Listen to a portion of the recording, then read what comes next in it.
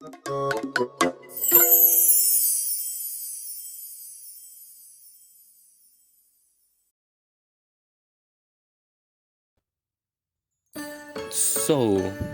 I'm sure that if this got recommended to you, you already know or have heard about Artiswitch. But if you haven't, then great, you're exactly the kind of person who this was made for.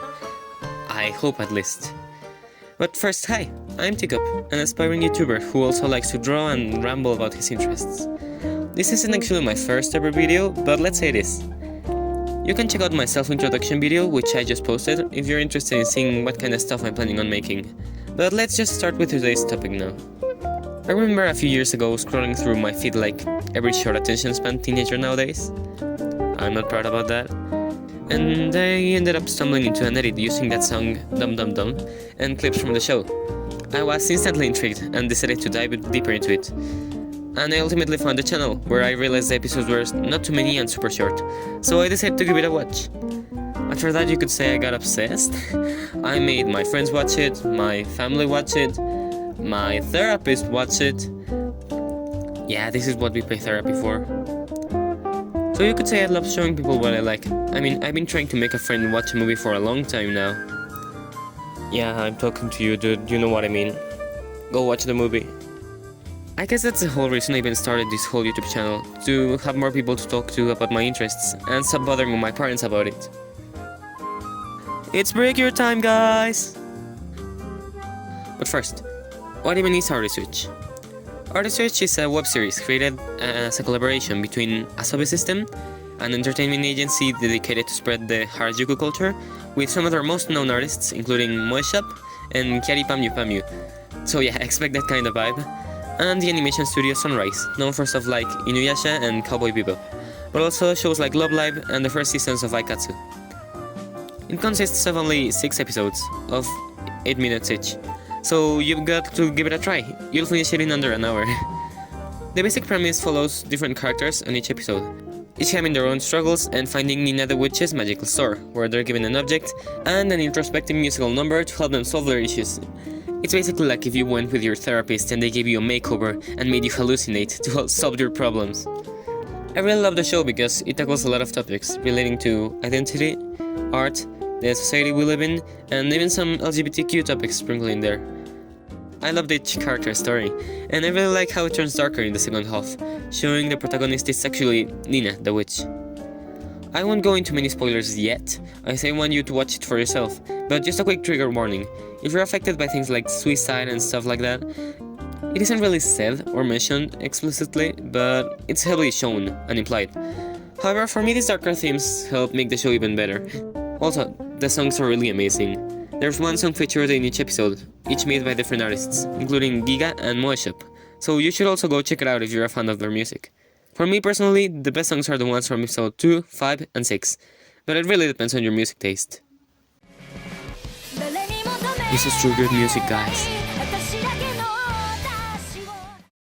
The soundtrack is really good too, composed by Rasmus Faber. Sorry, I don't know how to pronounce that. It's available in streaming services if you want to give it a listen. The show is also very fashion-centered, as I already mentioned about the Harajuku-related things, and the setting of the show is Harajuku itself. If you don't know what Harajuku is, it's a prefecture in Tokyo famous for its out there and expressive fashion, many of which are shown here in the show. Each character has their own original and post-makeover outfit, and Nina wears a different one each episode too to match the customer. I also want to mention, now that we're talking about visuals, that you should definitely go follow the character designer, Hiromi Matsuo, on her social media, especially if you are into artists and stuff like that. I love her character designs for the show, and her illustrations are really pretty. Now, get ready, because I'll be talking about a bunch of stuff that I find interesting about the show, but I don't really know how to dive into in a better way, so sorry if it's a bit, rushed and confusing. I'll also be talking more about stuff regarding the story here, so yeah, spoilers. If you haven't really watched the show, I strongly recommend you watch it first and then come back here after, so you can get into your own experience. So, if you don't want to get spoiled, just jump to the timestamp shown on screen right now, so you can hear my conclusions.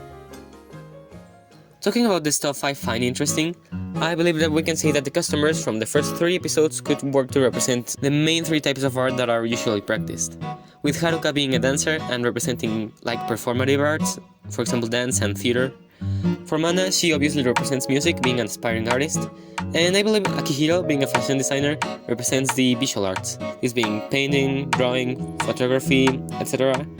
You could say Tiara, for example, also represents maybe fashion or photography, but I feel like the last three work more to represent the psychological aspects of the show, breaking the already established formula.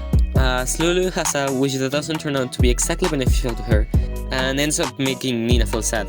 Well, Tiara helps to show what happens if a client's wish doesn't match what they're actually wanting, or something turns out wrong, making Nina have to interfere and face the consequences of it. And for the last one, it shows the client, being Nina herself, having to come to terms with her own failures and forgive herself, changing her job as witch at the end. Talking about Nina in the show, she's a witch, and I feel like you could interpret her in two different ways, or at least I found her to be either a therapist, being the most obvious choice, as she is someone who tries to help people with their life but seems to have a past trauma that made her want to help others, which is what makes her despair once one of her clients or patients end up, well, practically killing themselves. No, I'm not gonna say unalive. Which must be a terrible experience for any therapist. I also see her, however, as an artist. Maybe she makes art hoping to help people or give them guidance, but ends up going through something that makes her get blocked, demotivated, and even wanna quit. But she is able to remember what made her wanna create art in the first place, and find motivation again. This is much more far-fetched, I think, but I feel like it still fits. I mean, at the end you can interpret stuff however you like, as this is affected by what you've been through and how you see the world. So please tell me in the comments, if you've already watched the show, what do you think about this stuff that I've said, and what's some stuff that you find interesting about the show? I really need someone to talk with about the show. The channel has over 12 million views, but there are so few videos online discussing it, and I can't find anywhere to talk about the show, like no communities or anything. The only ones that I found are completely empty and dead. So please comment what you thought about the show here after watching it. If I have to mention like some weaknesses though, I guess that you'd be a bit underwhelmed if you expect a tightly wrapped and explained story, as a lot of the things are left really vague and open. It's not really an issue for me, but I just wanted to mention it so you guys wouldn't get disappointed. There's also the fact that it's a 3D anime, which are usually infamous for not being so well looking. However, there are some amazing looking 3D anime out there that are definitely worth it. And this show is generally really pretty. It does have some issues with clipping and weird movements sometimes, I think especially because they were on a smaller budget for this, but most of the time it looks pretty nice, especially because of its aesthetics and character/fashion design. I really hope this video motivated you to watch Artiswitch. It's a show I really love and absolutely believe it deserves more discussion. So, if you already watch it, just send this video to a friend so they watch it too, unless of course you're like me and already made everyone you know watch it. But yeah, this is all I wanted to say for this video. It's my first video. Well, not really, but I've still got some trouble with pacing and stuff like that. I really hope you liked it, and if you did, please like and subscribe if you'd like to see more stuff. I'm also planning on talking about like more similar and even completely different stuff, so I hope you stick around. Anyways, thanks for watching, I hope you enjoyed it, and see you in 6 months probably for another video.